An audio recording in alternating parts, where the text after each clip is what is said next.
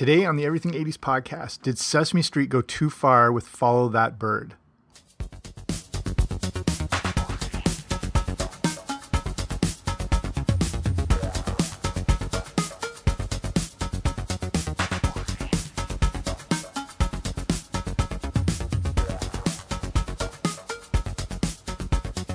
Hey there, what's happening? Welcome back to the Everything 80s podcast. I'm Jamie. Thanks for coming on out today. Sesame Street is obviously a beloved show and cultural institution. The Muppets have made a great transition to the big screen, but could the same work for the characters of Sesame Street? Follow That Bird was a live-action movie released in 1985. It was a musical road comedy film produced by Warner Brothers and the Jim Henson Company. It tells the story of Big Bird having to leave Sesame Street and eventually making his way home. It was a box office failure, but still managed to find an audience on home video. So we're going to look at this whole movie. You might remember this, you might not even know it, but this was maybe Sesame Street pushing it a little too far and maybe kids not responding as well as possible, with the themes being a little too overwrought, maybe for a younger audience. But we'll look into that whole thing. Before we start, though, if you haven't already, subscribe wherever you find your podcasts, Apple Podcasts, Spotify, Google Play, wherever you find it, I should be there. Okay, let's do this. So the year's 1985, and if you're a fan of movies, this is a real pinnacle part of the decade.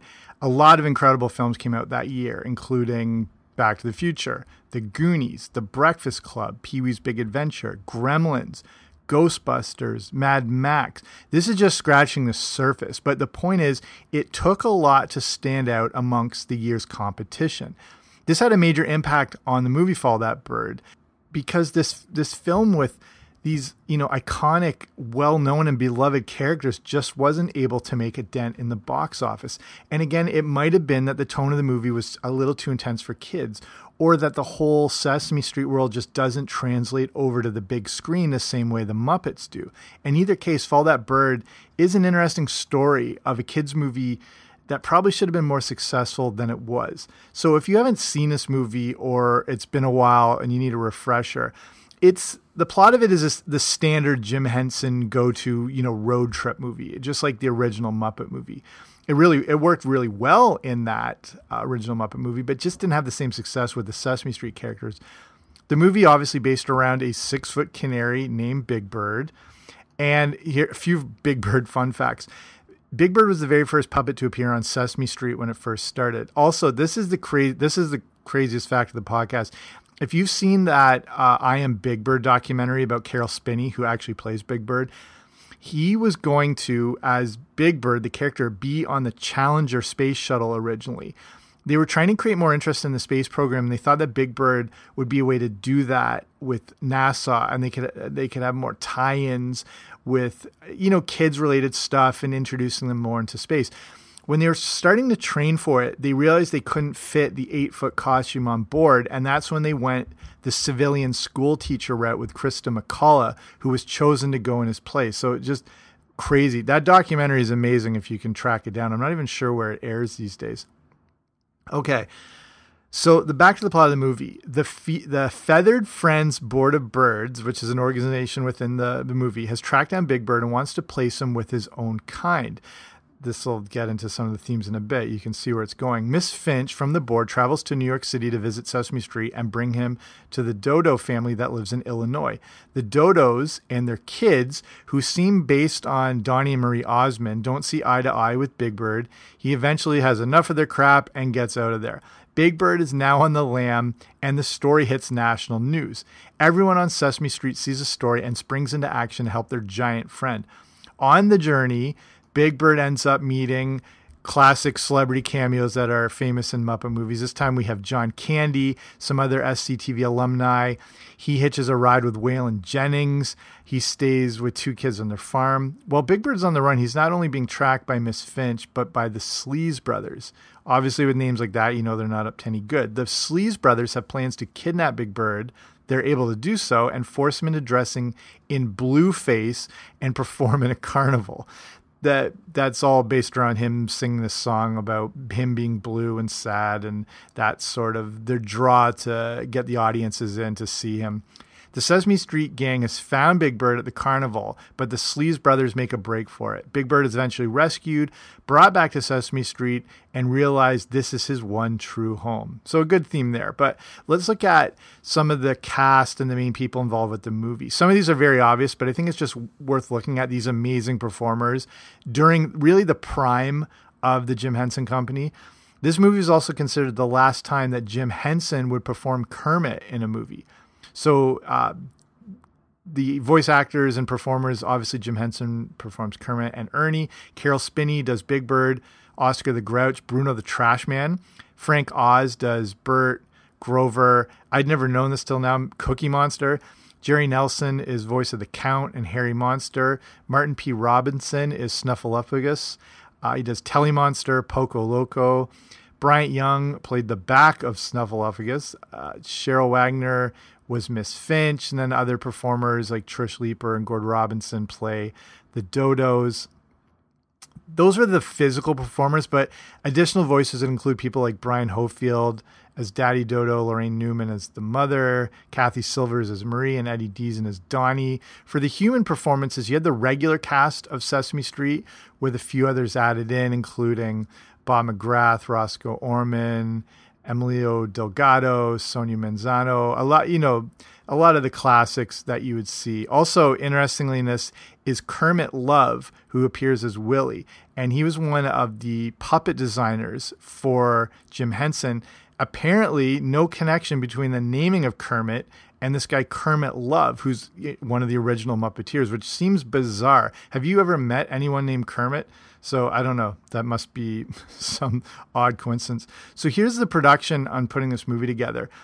And again, like researching this whole thing, I had no idea this movie was basically filmed an hour away from where I live. I live in southwestern Ontario, and this is a time where a lot of productions would come up to Canada because it was a lot cheaper to film. There were different tax breaks, all that sort of stuff. And they would use the Toronto International Film Studios and started filming in 1984, and they completely recreated the Sesame Street set. Again, if you've seen this movie, you think it does look a lot different because it's more of an actual workable set as opposed to like the TV version, which is more like a backdrop. So they were able to create this bigger and roomier set. This would not only allow for more Muppets and actors, but it gave a larger scope that would hopefully translate well onto the big screen, especially when you're using film. You want more of that depth within the image where TV is, a little flatter, and that's, due to resolutions and things like that. The new street now also included a fire station, a music store, an auto body shop, grocery store, bookstore, and some, more things they could use to sort of interact with the characters. Again, coming back to that whole thing, if you thought this movie had a different look than what you were used to seeing on TV, you're right. And I remember that's one thing I immediately noticed when watching it. Like the tone seems completely different, but that's because of film, and you want to give it that richer, more film-like quality to separate it from TV, which is low quality generally, especially back in the 80s. So that was due to cinematographer Curtis Clark, and he was brought in to help achieve this different look. And then it's almost like immediately from the start, that different look just sets the tone and making it different from what you knew and grew up with. And that might have been part of the problem right off the bat. This guy, Clark, the cinematographer, he previously worked on a very arty film called The Draftsman's Contract. And they really wanted him to bring some of this style, almost this, it's not disturbing style, but it's a little more jarring style to follow that bird. Again, I think they wanted to differentiate between the childlike TV show and this film, which was a little more layered and had more subtext to it and all that sort of stuff. Jim Henson is pretty notorious for this. The TV versions of stuff he does is very like lighthearted and childlike, but with his films, he just kind of like goes off the deep end. And he's like, if you think of things like The Dark Crystal or Labyrinth, and he always had this sort of idea that it was okay for kids to be scared, and that was important, and for them to realize, there is good and bad, and the world is filled with those sort of things. It's really that Disney approach. If you think back on those classic Disney movies like Sleeping Beauty and Snow White, a lot of these, they're actually like terrifying when you look back on them for kids, but they have these roots in traditional fairy tales, and part of that was the fear factor. And to, I don't know, they're not trying to like disturb kids, but I think they're trying to show the alternative side, that everything isn't just always like happy-go-lucky. But when those, the bad times and the scary things happen, it does eventually lead to the light, and there is more happiness. And that maybe that is the ultimate point, is that good always wins, and evil is pushed away. But, that's just the approach they'd always taken, Disney and Jim Henson. So producing this film was a relative newcomer named Ken Kwapis, who you've probably not heard of, but you definitely know his work. So movie-wise, he's done things like a kind of weird range between movies like Follow That Bird. He did The Sisterhood of the Traveling Pants. Also, He's Not That Into You. But his big sort of foray into entertainment that is he was one of the main producers on The Office, and really was like one of the backbones in creating the show into what you know and love now. He also did Malcolm in the Middle, The Bernie Mac Show, Freaks and Geeks, a lot of amazing stuff. So it's weird that he basically started with this Sesame Street movie. Okay, before we move on, let's take a little break here. The honeycomb hideout. It's Big Fat Mo, the motorcycle maniac. Yeah, and I want a beef cereal with a big face. Big face, honeycomb, big face. Honeycomb please. Yeah. It's not small. No. Honeycomb's on. A big cake. Big crunch. A big bite. Honeycomb cereal, part of this big, complete breakfast. Honeycomb's a big bite. Yeah. And we're back. So I mentioned Ken Kwapis is going to produce the film. He had just gotten out of film school in 1983, but after meeting with Jim Henson was offered the job on the spot. And that was a big thing with Jim Henson, is he immediately got a feeling about a person and would decide instantly. He wouldn't mull it over. He would just go with his intuitions. So let's look at the actual issues with this movie being a little too intense. And this is the tough thing faced when filming the movie. Most of these characters have not been fully developed on Sesame Street. They appear on screen for usually a few minutes at a time, and they're there to serve a larger purpose, like teaching lessons like math and spelling and colors and that sort of thing. They're very one-dimensional. They have never been fully fleshed out, and the movie would not only do that, but go pretty deep while doing so. Just the concept of ripping Big Bird away from Sesame Street was potentially jarring for younger viewers. From there, Big Bird takes on this sort of classic Joseph Campbell hero's journey quest that has been used in countless movies. I mean, the most notable example with this is Luke Skywalker in Star Wars. And it's just that classic storytelling narrative of the kid leaving, finding himself growing, coming back a hero. You've seen it a million times. Luke Skywalker is the perfect example of the hero's journey. And they're doing that with Big Bird. They had the difficult task of exploring these emotional plot points while still trying to keep things fun and whimsical. Like, it still is a Sesame Street movie. But like I said, Jim Henson likes to explore these deeper and darker themes. The movie is still a musical as well, but with this, there aren't any notable standout songs like there has been with all the great Muppet movies. Whereas the Muppet movies had been about wacky adventures and trying to make it in show business, Big Bird is forced to face emotional decisions and come to grips with themselves. Again, that's part of the hero's journey. And just, think of back to The Empire Strikes Back and Luke having to find and go deep into his soul to find who he really is. And they have to hit rock bottom before coming back up. Again, traditional standard storytelling tropes. But to me, they went a bit too far. Well, and to a lot of people, they went too far with the emotional aspect of the film. And personally, that's what I remember taking away from it as a kid. I remember being so excited to see this movie, and it's this fun, it's Sesame Street on the big screen and whatever. And I remember being left kind of jarred and shaken up. The most notable part of the movie for many kids is when Big Bird is captured, turned blue, and forced to sing at the carnival. Again, Big Bird is essentially a 6-year-old kid, and his reactions and viewpoint are easily corrupted. And I think the kids watching were able to empathize with this, and they're seeing themselves through Big Bird. That was the whole point of the character. And the whole point of Sesame Street with all the various characters is to represent kids at whatever stages they're at and whatever viewpoints they're seeing. And over the years, they've incorporated more things with, puppets coming from families with divorce or going through illnesses, and they're trying to represent the whole spectrum of what kids are going through. And with Sesame Street at the time, it was taking very basic approaches, but again, trying to do it from the viewpoint of a kid. Follow That Bird, of course, has a happy ending, but it goes through some pretty deep stuff to get there. Okay, so this is a weird thing, and that's come up quite a bit if you've looked in the movie, is the idea of race themes in it, which you wouldn't think in a Sesame Street movie, but it's one that appears pretty glaring when we're talking about deeper themes. It's kind of hard to ignore it, but that race issue is one of the underlying messages in Follow That Bird. To start, there's the issue that birds are thought to only be with other birds. To most birds, this seems to be such an issue that they ended up forming that board, with that ladybird coming to pull Big Bird away from Sesame Street. That whole board is put together to focus on the best interest of keeping birds together. That Miss Finch, that's who I was meaning, she plays the role of this evil manifestation of bird relations. She is also completely delusional and seems to think she is doing the right thing. She represents to me, the small-minded and ignorant people that have trouble looking beyond their own, misguided ideals. Ultimately, the movie focuses on themes of unity and the inclusion of all people, and that's something Sesame Street has been doing since day one. Both the show and the movie celebrates the differences between people. That is the take-home message in Follow That Bird. And again, a little more underlying in Sesame Street. They're not as upfront about it. I mean, that has changed over the decades. I haven't watched it in a while.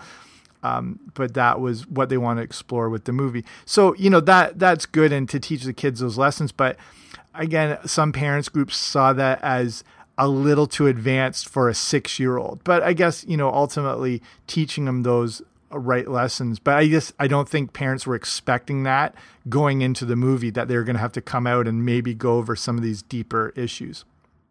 So speaking of that, here's the response to Follow That Bird. Critically, the movie was received pretty well. Today, it still has a 92% rating on Rotten Tomatoes. It's hard to trust Rotten Tomatoes with anything ratings-wise. It's kind of a standard, but it's been kind of turned into a bit of a cesspool, not always that trustworthy in their ratings. So, take that for what it's worth. Even with the positive response from critics and the fact it was a Sesame Street movie, it got crushed at the box office. I'm not sure what the specific problem was at the time, though. I honestly don't know. It must have to be because of the amount of the massive competition that was coming out in 1985. Again, it's probably the pinnacle year of the decade for movies and of all time, with all these classic blockbusters.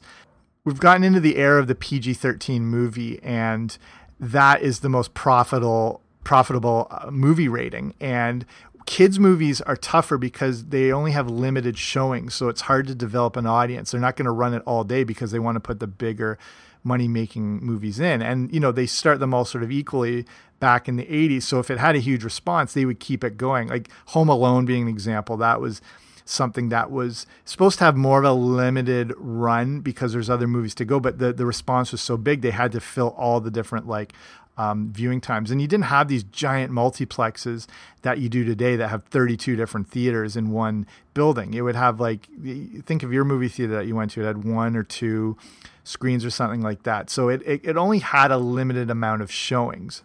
What appears to be the other big issue that just didn't draw people out, besides the massive competition, was the parents dreading having to take what would be younger kids and having to pack them all up and snacks and get them all the way to the movies and sit them down. This wasn't a movie for 12, 13, 14-year-olds who could still enjoy it, but it was for little kids. So I think that seemed like a daunting approach for a lot of parents. And they're like, why would I go and schlep all these kids and all this hassle to get to the movies for something they can just watch on TV? Because Sesame Street is on every single day. So Follow That Bird opened on August 2nd, 1985. It opened the same weekend as Weird Science, Fright Night, and Pee-wee's Big Adventure. At the same time, it's only been a week or two since Back to the Future and The Black Cauldron had opened, which were still going strong and growing by the week. All of these are kind of family movies, so I'm not sure if they were taking business away from Follow That Bird, but they were, attracting a bit of a younger audience. The main thing is this was, again, one of the biggest movie summers of the 80s, and it just wasn't able to play on that many screens.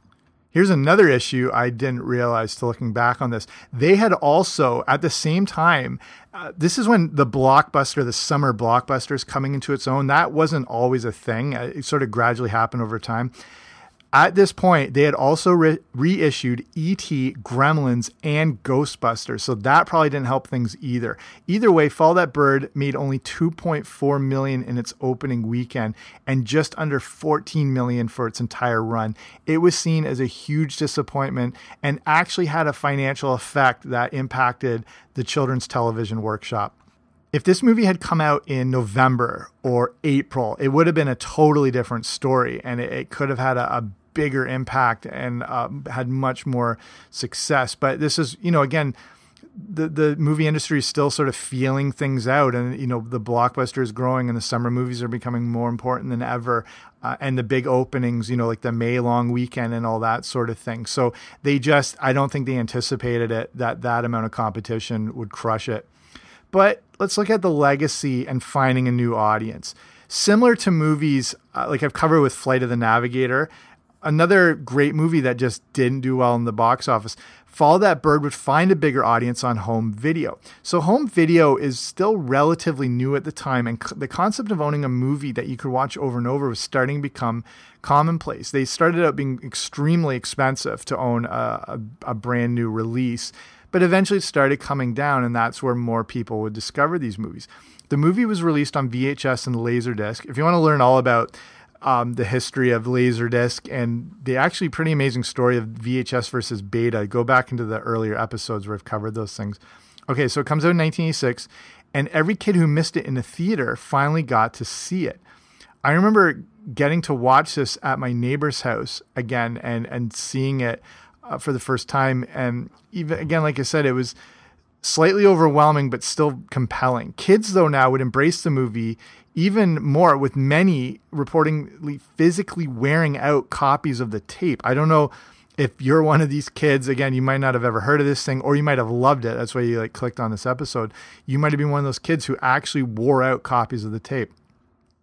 But as we wind down here, I think Follow That Bird is an interesting look at something that just didn't hit right. If it had come out a few years later or earlier, it might have had a different response. It might have been just a little too ahead of its time. That's, by no fault of its own. It might have been served well for a couple more years of development, or maybe sort of promoting itself to a little bit older demographic instead of 3-year-olds or 4-year-olds who maybe found this a little too jarring. It ultimately would get the right response, but not until it was in the VCRs in the family living rooms. So I'll finish it here. Here's the one main fun fact I wanted to finish on. If you've seen this movie, if you haven't, you can probably look at this clip on YouTube. There's a scene where Bert and Ernie are flying in a plane. Jim Henson and Frank Oz were actually in a biplane that was upside down when they filmed this. So that whole thing you're seeing are these actual two performers working these puppets while flying in a plane. I think that was pretty amazing. Okay, so let's call it a day there. Hopefully you like this episode. Remember this movie, or maybe you're intrigued to track it down and look for it. I think there's always the odd copy floating around on YouTube. They get taken down really quick and stuff like that, but I think I saw it on there. But have a look. Either way, thanks for listening. Hope you like this show. Again, if you haven't already, subscribe wherever you find your podcast. I should be there. I will be back soon with a brand new episode, so don't you dare miss it.